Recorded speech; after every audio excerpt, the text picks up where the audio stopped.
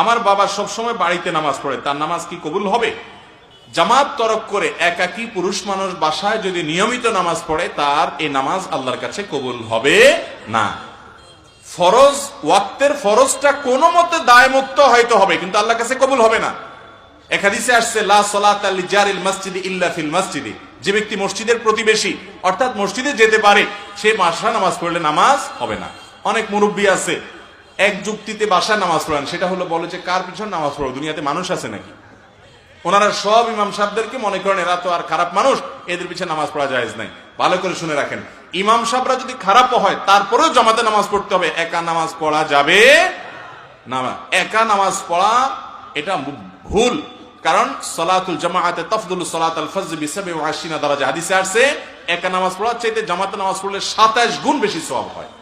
শুধু সওয়াব না, নবীজি সাল্লাল্লাহু আলাইহি সাল্লাম বলেছেন, আমার মনে চায় নামাজের পরে বিভিন্ন এলাকায় গিয়ে গিয়ে দেখতাম যে কারা মসজিদে আসে না, সে বাড়িগুলোতে কাঠ একত্র করে আগুন ধরে আমি জ্বালায় দিতে মনে চায়, কিন্তু দিতে পারি না, সেখানে মহিলারা আছে, বাচ্চারা আছে, বৃদ্ধ অসুস্থরা নামাজে যেতে পারে না, মাজুররা আছে, সেজন্য নাহলে আমার মনে চায় জ্বালায় দিতে।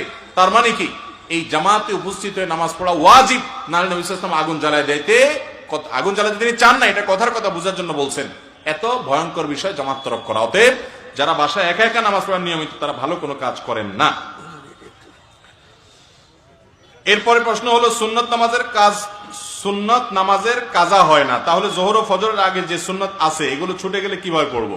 যোহরের আগে সুন্নত নবী করিম সাল্লাল্লাহু আলাইহি সাল্লামের একবার ছুটে গেছিল, মেহমানের কারণে ব্যস্ত ছিলেন, উনি পরবর্তীতে সেটা পড়ে দিয়েছেন।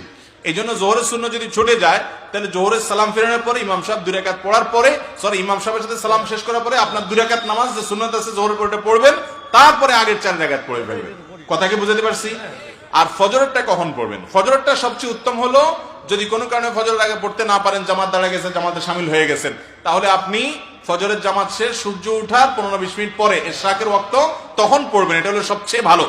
ফজরের পরপর পড়াকে অনেক ওলামায়ে কেরাম জায়েজ বলেছেন, কিন্তু অনেকে এটা নিষেধ করেছেন, কারণ হাদিসে আসছে ফজরের পরপর কোনো নামাজ নাই। এই জন্য সবচেয়ে উত্তম হলো সূর্য ওঠার 15-20 মিনিট পরে গিয়ে পড়া, তাহলে নির্ভেজাল এবং মতপার্থক্যের ঊর্ধ্বে আপনি উঠে গেলেন। এরপরে প্রশ্ন হলো, টয়লেটের টেপে ওযু করা যাবে কিনা, দাঁড়িয়ে ওযু করা যাবে কিনা? ওযু দাঁড়িয়ে করাতে কোনো অসুবিধা নেই, হাদিস নিষেধ নাই। তবে টয়লেটের টেপে ওযু করলে পানির অপচয় হয় অনেক বেশি, পানির যেন অপচয় না হয় সেদিকটা খেয়াল করতে হবে। টয়লেটের টেপে ওযু করতে গেলে আবার আরেকটু সুবিধা, যে টয়লেটের যে প্যান আছে, টয়লেটের যে কমোড আছে, এই কমোড আর টেপের মাঝখানে যদি আড়াল না থাকে, ওয়াল না থাকে, পার্টিশন না থাকে, বা কোনো পর্দা না থাকে, তাহলে সেই জায়গায় ওযু করতে গেলে বিসমিল্লাহ বলতে পারবেন, কারণ টয়লেটে আল্লাহর নাম নেওয়া নিষেধ, ইবনে আব্বাস রাদিয়াল্লাহু আনহু নিষেধ করেছেন। এই জন্য ওযু করবেন